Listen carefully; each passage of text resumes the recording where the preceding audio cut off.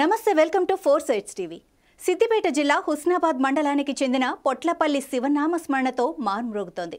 మహాశివరాత్రి పర్వదినాన్ని పురస్కరించుకొని ఇక్కడ వెలిసిన స్వయంభూ శ్రీ రాజరాజేశ్వర స్వామివారిని దర్శించుకోవడానికి లక్షల్లో భక్తులు వస్తారు. మహాశివరాత్రికొచ్చే భక్తుల సౌకర్యార్థం వసతులు ఏర్పాటు చేశామని ఆలయ ఈవో తెలిపారు.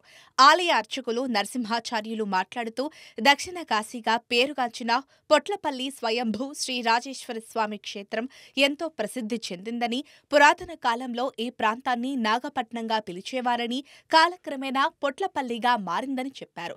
చారిత్రక ఆధారాల ప్రకారం ఈ ప్రాంతంలో 101 శివాలయాలున్నట్టుగా ఆధారాలున్నాయని, ఇక్కడి స్వామివారిని దర్శించుకుంటే సకల కోరికలు నెరవేరుతాయని అన్నారు.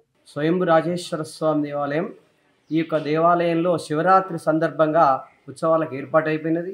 7వ తారీఖు, 8వ తారీఖు, 9వ తారీఖు నాడు ఉత్సవాలు జరుగుతున్నాయి. 7వ తారీఖు నాడు మాన్యాస రుద్రాభిషేకము, 8వ తారీఖు నాడు ఉదయం 5 గంటల నుంచి సాయంత్రం అర్ధరాత్రి లింగోద్భవ కాలం వరకు కూడా అనేక అభిషేకాలు జరుగుతాయి. లింగోద్భవ కాలంలో ఏకాశ రుద్రాభిషేకము జరుగుతాయి. తెల్లవారి 8వ తారీఖు, 9వ తారీఖు నాడు కూడా మన్యాస రుద్రాభిషేకము. అనేకమైనటువంటి భక్తులు వస్తున్నారు ఇక్కడికి. అన్ని విధములుగా శుభం జరుగుతుంది వాళ్లకు.